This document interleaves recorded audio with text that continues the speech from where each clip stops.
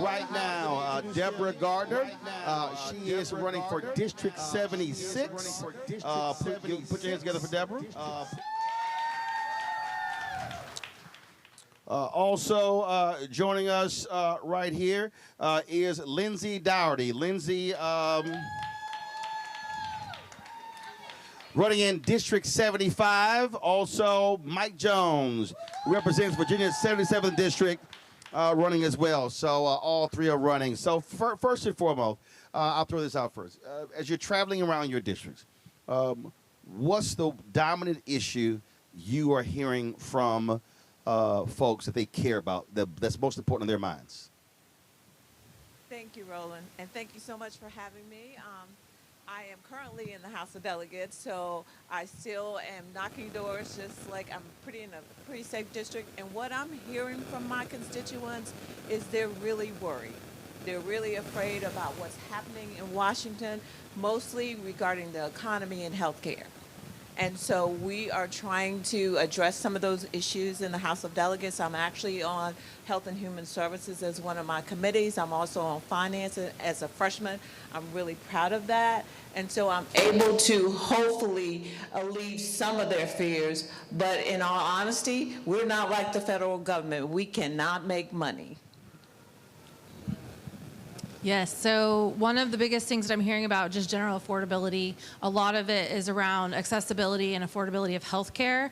It's something that me and my family have faced over the years, and comes up on doors whether they're Democrats, Republicans, or Independents. And so I think that all the things that you mentioned before about it not mattering what side of the aisle folks typically vote on, these are issues that impact our day-to-day life regardless of what party we previously supported. And so we have to make that decision this year in Virginia on who we feel like is best going to lead us, provide a firewall of protection against what's happening at the federal level, but also building up our communities here in Virginia for the next 2 years.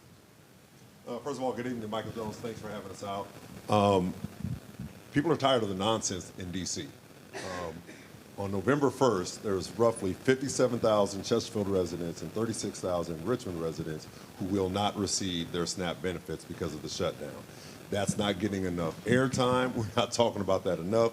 But our families and vulnerable communities are going to be impacted in a major way. The cost of living is not going down, it's rising.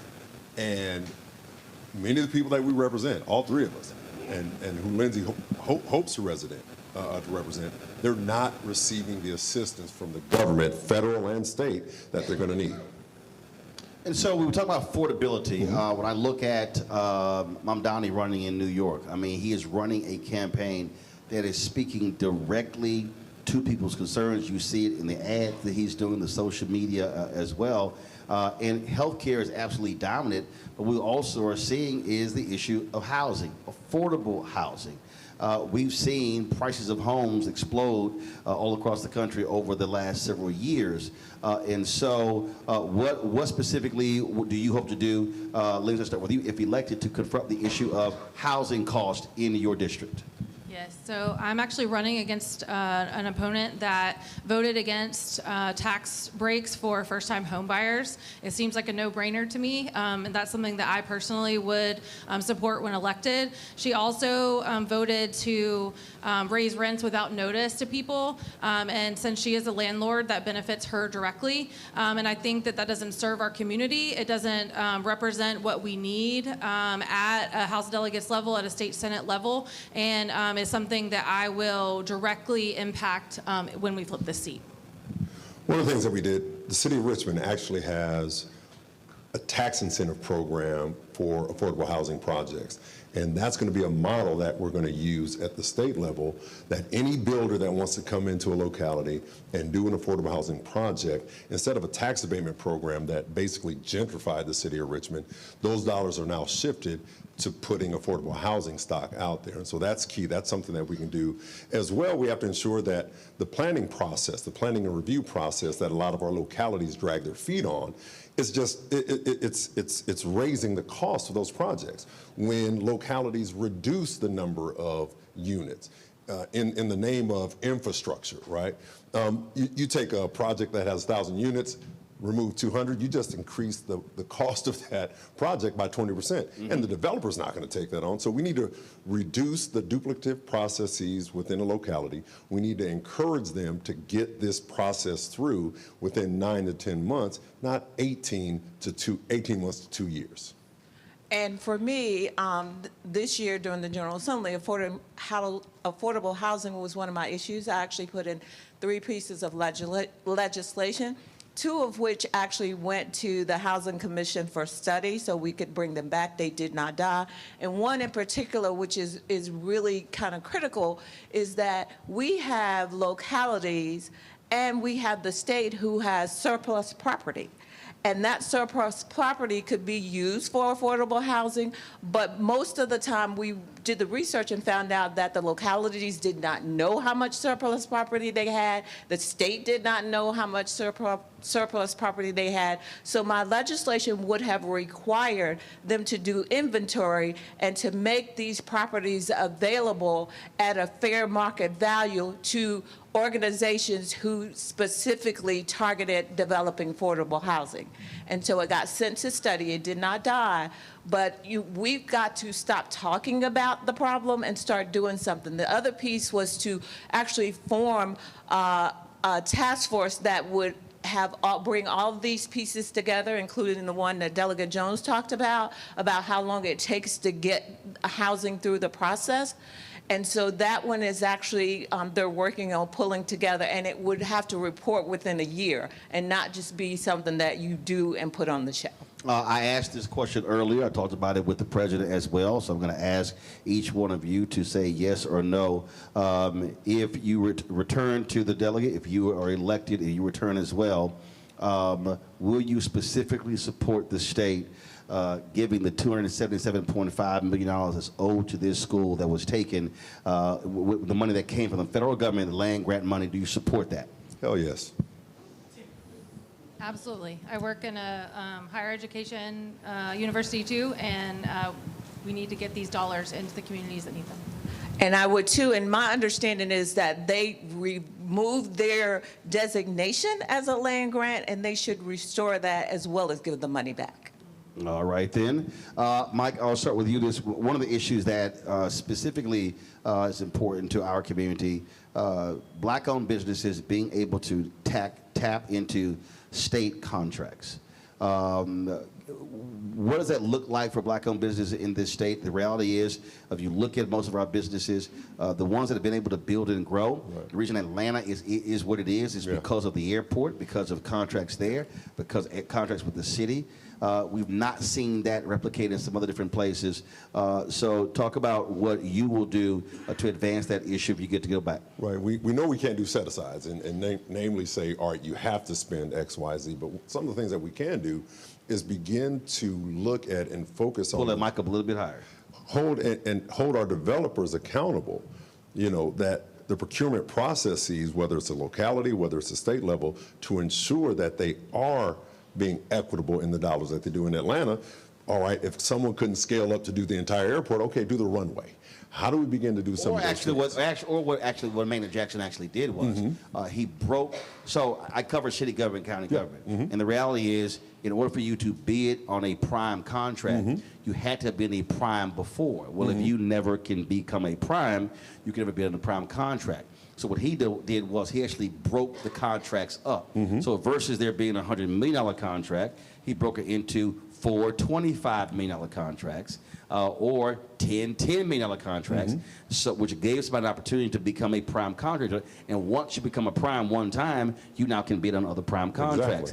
Exactly. That's a way of doing it. That's not. Or when I covered City Hall in Fort Worth, one of the things they did was give preferential treatment to zip codes or to businesses in the city that are actually headquartered in the city. The last thing that Jackson did also was require banks, where the city put their money in those banks, to provide lines of credit the businesses getting city contracts. He said, we're going to be paying them, but they can't survive on 6 months. And that's not a race-based policy. That can be for any business that has a state contract or a city contract. There are ways to actually help build capacity to get around those restrictions. And some of the things that we did, after my first session, we held a Banking While Black symposium, and we looked at how African-American businesses were not able to scale up or get the type of lending that, white organizations could do. And so we Which is why Bean didn't get a PPP loan in the first place. Exactly. And so what we did this past session, put in a budget amendment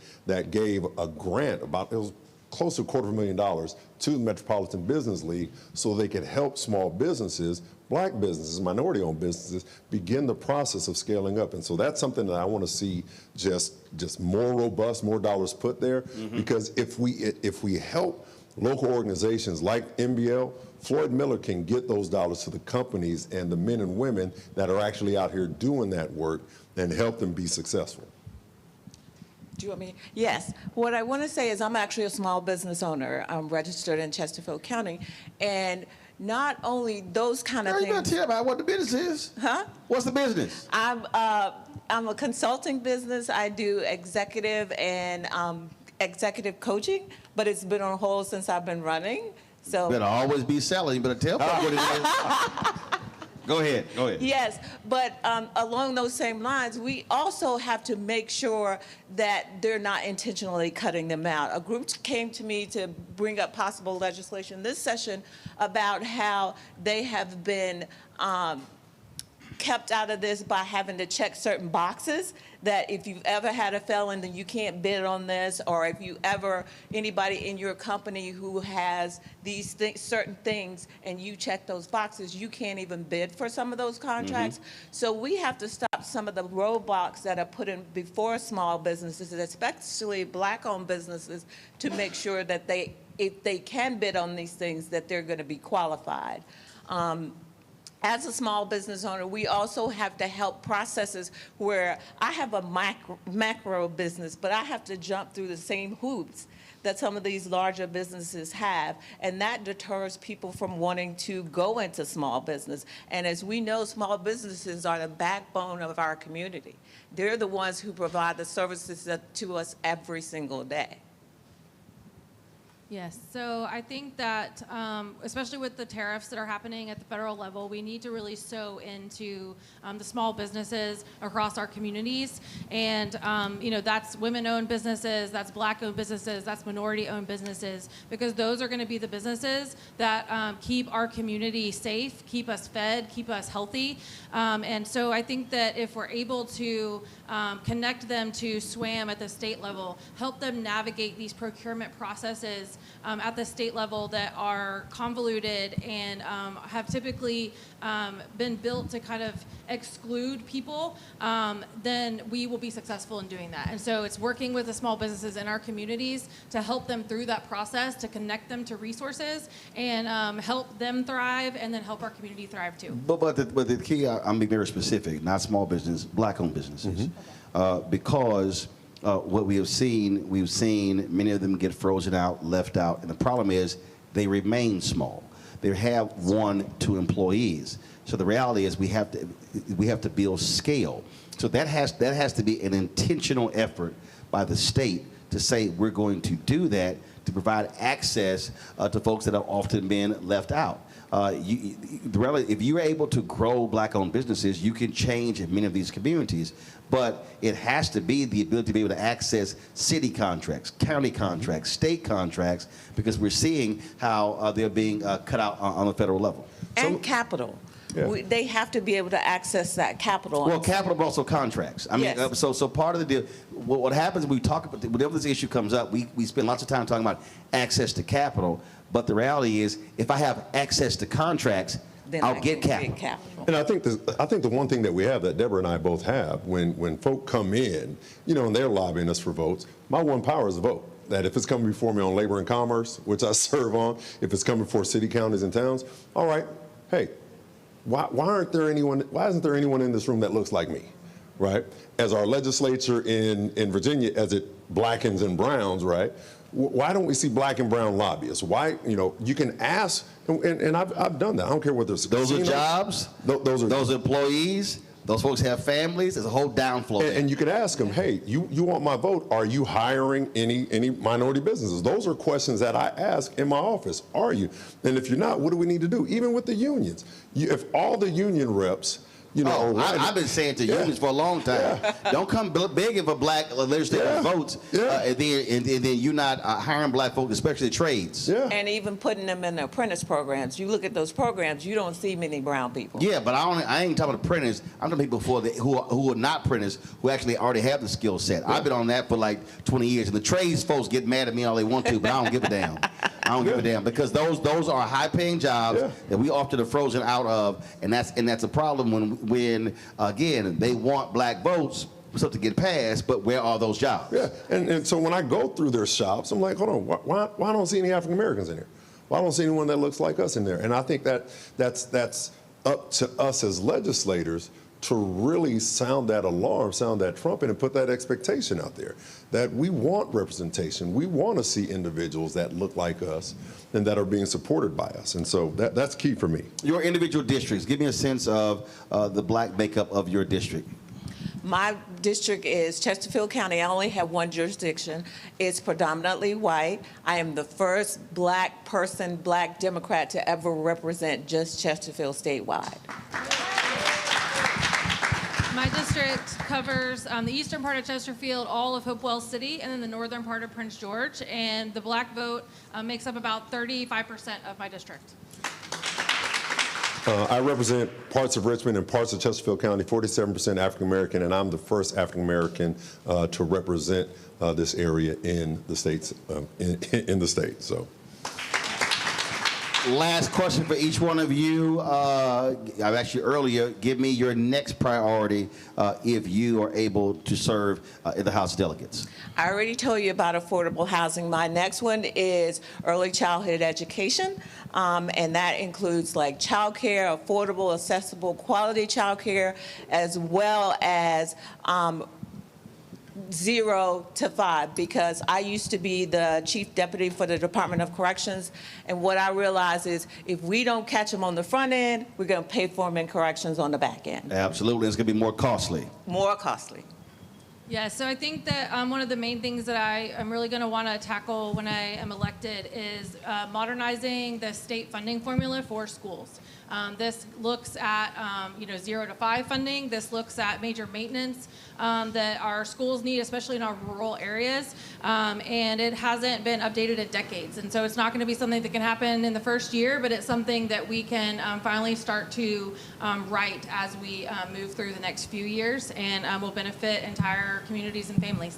For me, it's economic mobility. It's not just making $15 or $18 or $19 an hour. How can they move up from there? And so I work on, and I'm reporting to the Workforce Committee within Labor and Commerce, and that's key for me. How can we just not get a good job, but how can we continue to grow on those jobs and ensure? Next piece is ensuring that, they tell black kids that, hey, college isn't for everybody, but they're not telling that to kids at Collegiate and places like that. I want to ensure that Virginia students can get into Virginia colleges and not spend the farm to do it. My son is in his first year, College of Law at FAMU, and $33,000 out-of-state tuition. He got in-state tuition because he trained for the pros and all that stuff down in Miami, $13,000 a year for law school. How can we do that here in Virginia? How can we ensure that every Virginian that wants to go to school in Virginia, it is a bad economic decision to leave this state? And so that's something I want to look at. How do we control the costs? How do we ensure that our young students can do that and ensure that our young boys and young girls are going to schools? All of my kids have HBCU degrees, including their dad. And that's important to me, and that means something to me. And so how do we get more of our kids here where they're going to be cared for, where they're more than just a number, but they care and get the compassion that they need? All right, folks, I'm an HBCU grad as well, North Carolina Central University. You're supposed to throw it in earlier. See, you late. You late. Put your hands together for Deborah Gardner, Lindsey Dougherty, Mike Jones. When we come back.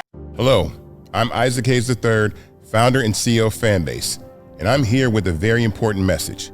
We are at a turning point in the Black community where we must have equity in the apps we use that scale to billions of dollars. But this time, we own the infrastructure, we own the culture, and we shape the future. And Fanbase is the future.